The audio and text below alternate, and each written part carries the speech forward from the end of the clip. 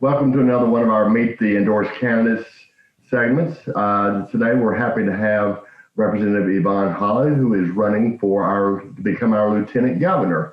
And we're very excited to have her as our endorsed candidate.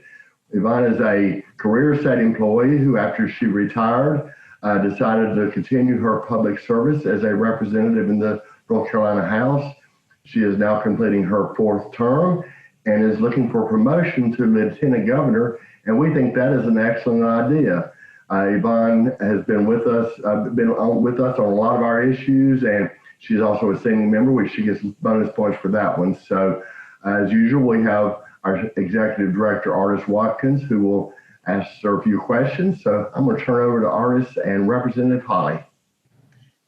Thank you, Chairman Dearman, and thank you, Representative Holley. We are thrilled to have you with us and so proud to endorse you for Lieutenant Governor. So I'll get right to it.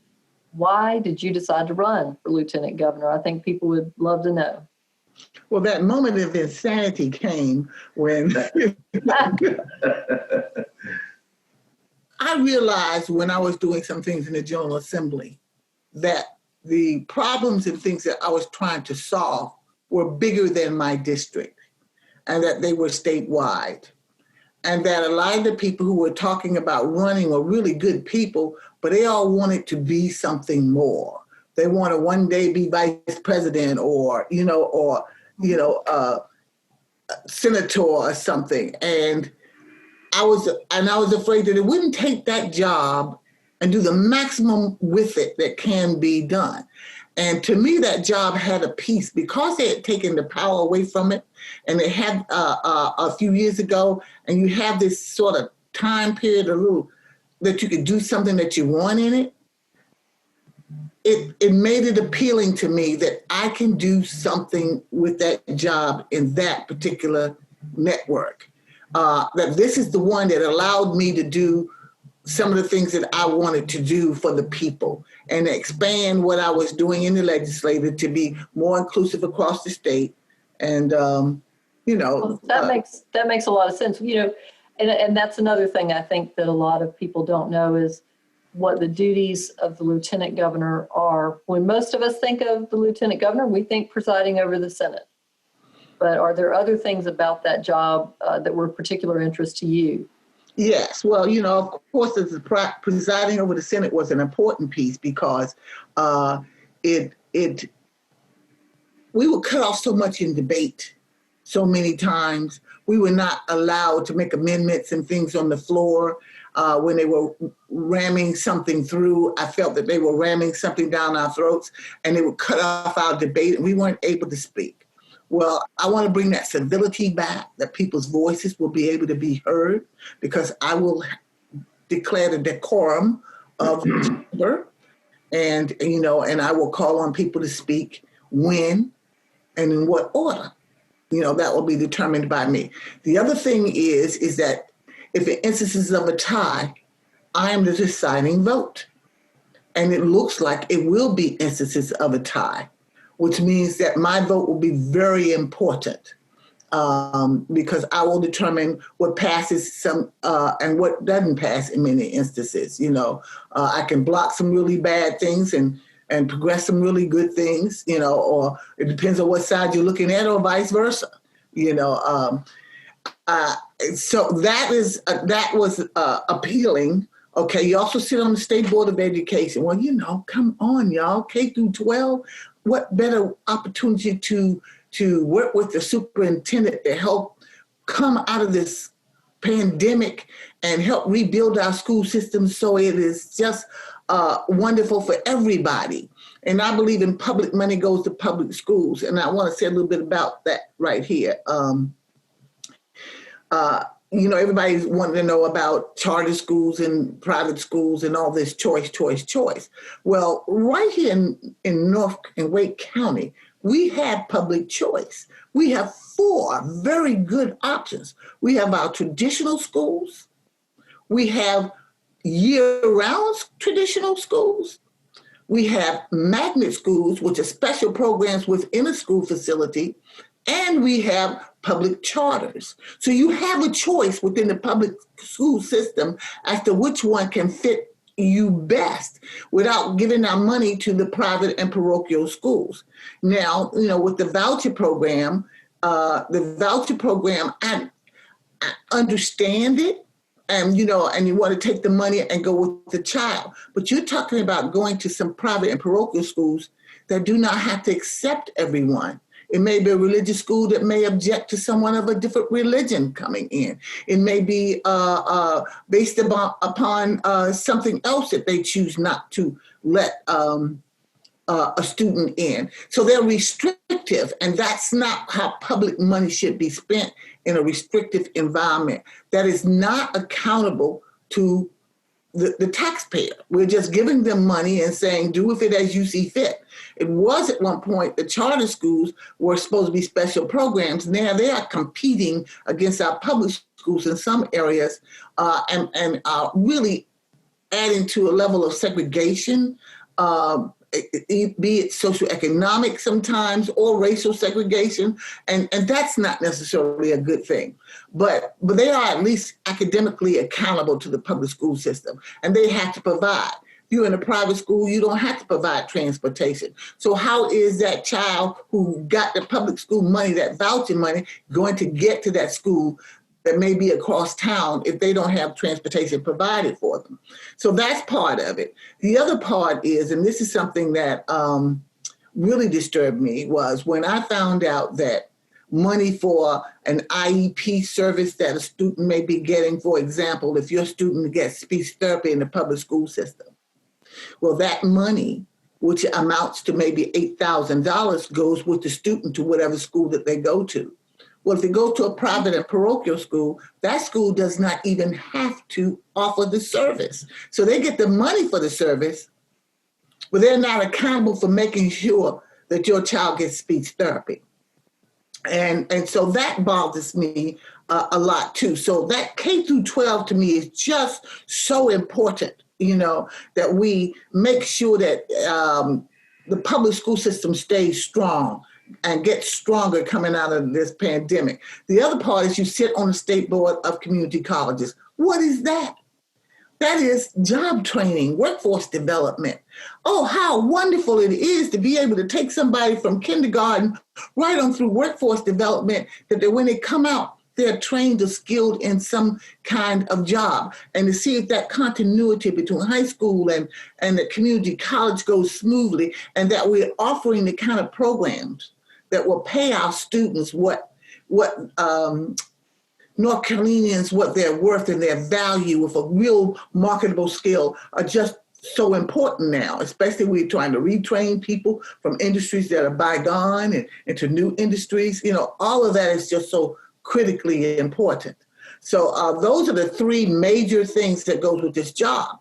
Now, currently, our current lieutenant governor, he has chosen to take the extra time where they had taken some of the other responsibilities away, and when the session's not in, to promote the voucher system that I was speaking about. Well, I do believe that when we get back in power, there will be some adjustments to that voucher system. Students that are currently using it, nobody wants to take anything away, but it may be a phased out, or I don't know what may happen if the party changes in the House. But that's what he did with his extra time. What I want to do is what I had started in the General Assembly, and that's his program called Ally, and that's the Affordable Living Initiative. That is housing affordability, food security, workforce development, job training, living wages, and transportation. And I want to say a little bit about living wages. It used to be a time that $7.25 an hour, or whatever the minimum wage was, would support one person. Now in Raleigh, it's not even a good lunch, and it's unfortunate then. We're asking whole families to live off that, off these salaries. So, the people that I talk with said, I work 2 jobs. I work a job and a half. pay me what I'm worth for the kind of work that I do. Pay me the value of the work and let me make the decisions like you make the decisions. I want to be able to not spend my time standing in line to get a food basket. I want to be able to go in the grocery store and buy and shop like you do. I want to be able to decide what kind of housing I can afford to be in and shop and look for it, as opposed to waiting for somebody to give me something. They don't want to hand out, they want to hand up, to coin an old phrase. So that's what this program should be doing, and that's where you can see me focus. Now, you said, oh, you didn't say anything about healthcare. Well, for the past 8 years, I've been Medicaid expansion. And it's something that we've already paid for. Our dollars are going to other states. It's just so important that we get the control of that back. They said it was just 10%, but our hospitals have agreed to absorb that 10%. So I think that we need to really look at Medicaid expansion as an opportunity to come back to North Carolina and to take care of our people. And I said that's an ambitious agenda. And so many of those things are so important to state employees who provide so many of the services the public depends on. Having been a 25-year state employee yourself, what do you think the most critical issue for state employees at this point in time before the General Assembly is? Being respected. I think that more than anything else, they don't realize the quality and skill level of our state employees. We have a lot of employees who work on a nonpartisan basis. They're just trying to do the job and do the job in such a great, efficient way without politics, and I don't think that that's recognized. They have a tendency to put state employees behind others, or disregard it or categorize us differently and try to separate us out in different groups. Oh, well, we're going to let the people dealing with the prison system or the highway patrolmen, they want to treat a group differently. But state employees across the board are quality, good, hardworking people. And I want to do what I can to make sure that they get the pay raises that they deserve. I want to make sure that they get the respect that they deserve for the hard work that they do. And I think that's come up for years. I mean, we've lobbied you for years in the legislature about the fact that teachers and state employees are sometimes, other state employees are sometimes dealt with differently. And I think you were one of the legislators who always told us you didn't think that was right, that we should all be recognized. And we certainly appreciated that. We also appreciated you showing up. Whenever there was an issue, I know, I certainly remember this year when DMV, the DMV move was being discussed. Anytime there was an issue affecting your constituents and we had a town hall about it or any kind of get together, you were there. And that is maybe that shouldn't be as big a deal. It's a huge deal. It's a very unusual thing in this day and time. So I want to thank you for all of your participation at those events and looking out for your constituents. And sorry, I